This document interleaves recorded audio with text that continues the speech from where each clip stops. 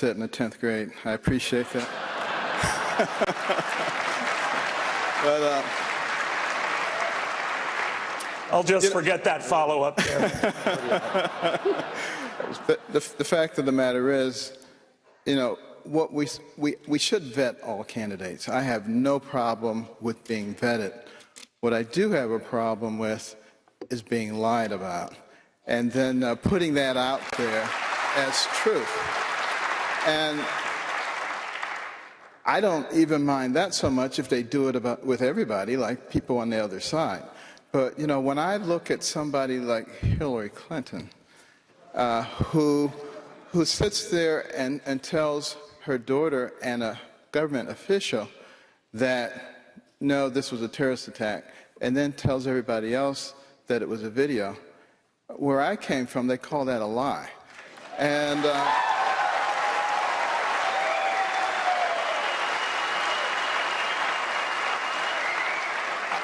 I think that's very different from, you know, somebody misinterpreting when I said that I was offered a scholarship to West Point. That's the words that they use. But I've had many people come and say the same thing to me. That's what people do in those situations. We have to start treating people the same and finding out what people really think and what they're made of. And people who know me know that I'm an honest person. Thank you, Dr. Carson. Mr. Trump, a federal appeals court just dealt a blow to the Obama administration's plan to prevent the deportation of 5 million people living in this country illegally. The White House is appealing to the Supreme Court. At heart of this issue is the effect that illegal immigrants are having on our economy. What will you do about it? I was so happy yesterday when I saw that decision come down. That was an unbelievable decision, and we don't have enough of those decisions coming down. He of the executive order, because nobody wants to listen to him, including the Democrats, so he just goes around signing executive orders. That was a great day, and frankly, we have to stop illegal immigration. It's hurting us economically. It's hurting us from every standpoint. It's causing tremendous difficulty with respect to drugs and what that does to many of our inner cities in particular. And it really was such an unbelievable moment because the courts have not been ruling in our favor. And it was a 2-to-1 decision, and it was a terrific thing that happened. And I will tell you, we are a country of laws. We need borders. We will have a wall. The wall will be built. The wall will be successful. And if you think walls don't work, all you have to do is ask Israel. The wall works, believe me, properly done. Believe me.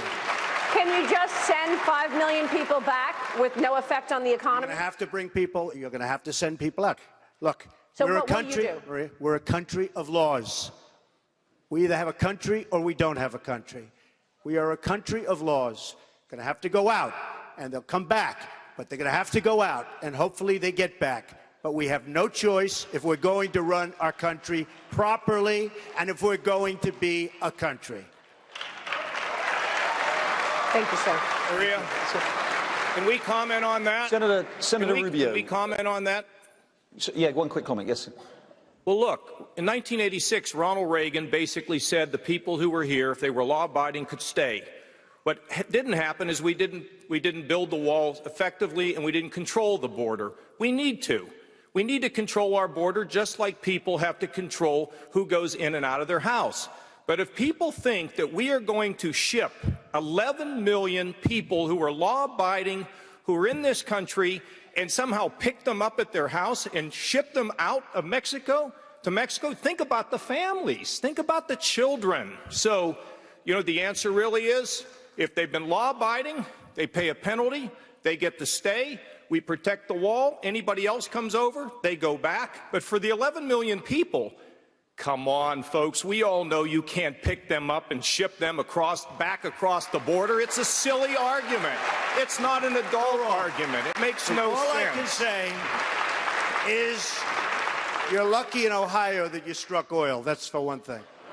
Let me just tell you that Dwight Eisenhower Good president, great president. People liked him. I like Ike, right?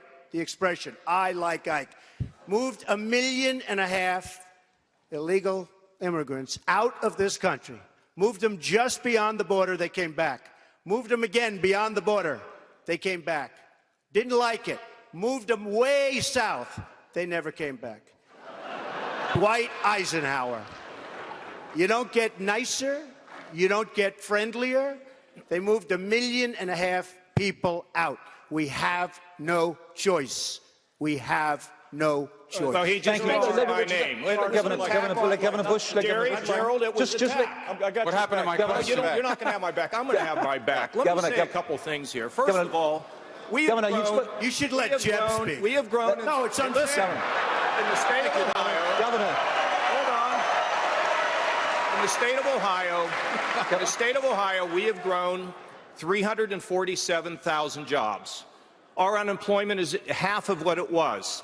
Our fracking industry, energy industry, may have contributed 20,000, but if Mr. Trump understood that the real jobs come in the downstream, not in the upstream, but in the downstream, and that's where we're going to get our jobs. But Ohio is diversified, and false little things, sir, they really don't work when it comes to the truth. So the fact is, all I'm suggesting, we can't ship 11 million people out of this country.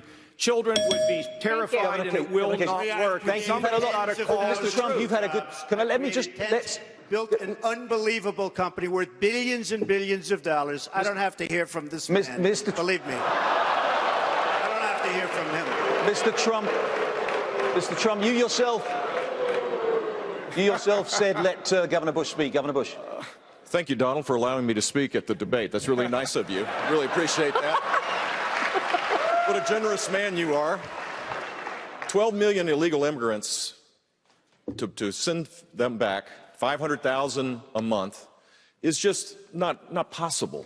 And it's not embracing American values. And it would tear communities apart.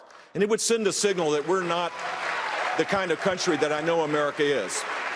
And even having this conversation sends a powerful signal. They're doing high fives in the Clinton campaign right now when they hear this. That's the problem with this. We have to win the presidency. And the way you win the presidency is to have practical plans. Lay them out there.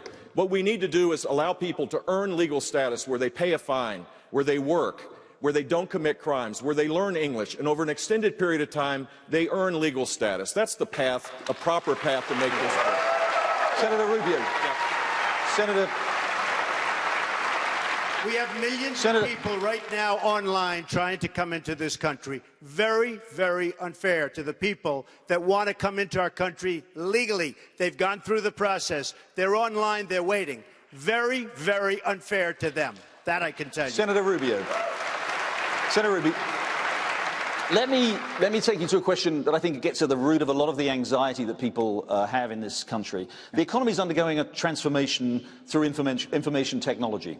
And Americans are anxious that the new economy isn't producing higher-paying jobs. Many are concerned that the new wealth seems to be going mainly to innovators and investors. Meanwhile, with factories run by robots and shopping done increasingly on smartphones, many traditional jobs are just going away. How do you reassure American workers that their jobs are not being steadily replaced by machines? That's an excellent question, because what we are going through in this country is not simply an economic downturn. We are living through a massive economic transformation. I mean, this economy is nothing like what it was like 5 years ago, not to mention 15 or 20 years ago. And it isn't just a different economy, it's changing faster than ever. You know, it took the telephone 75 years to reach 100 million users. It took Candy Crush 1 year to reach 100 million users. So the world is changing faster than ever, and it is disruptive. Number one, we are in a global competition now, and several of the candidates have said that. There are now dozens of developed economies on this planet that we have to compete with, and we lose that competition because we have the highest business tax rate in the industrialized world, because we have regulations that continue to grow by the billions every single week, because we have a crazy healthcare law that discourages companies from hiring people, but because we're not fully utilizing our energy resources, that if we did, it would bring back all kinds of growth, especially in manufacturing, and because we have an outdated higher education system. Our higher education system is completely outdated. It is too expensive, too hard to access, and it doesn't teach 21st century skills. If we do what needs to be done, tax reform, regulatory reform, fully utilize our energy resources, repeal and replace Obamacare, and modernize higher education, then we can grasp the potential and the promise of this new economy. And we won't just save the American dream, we will expand it to reach more people and change more lives than ever before. And then truly, this new century can be a new American century. Thank you.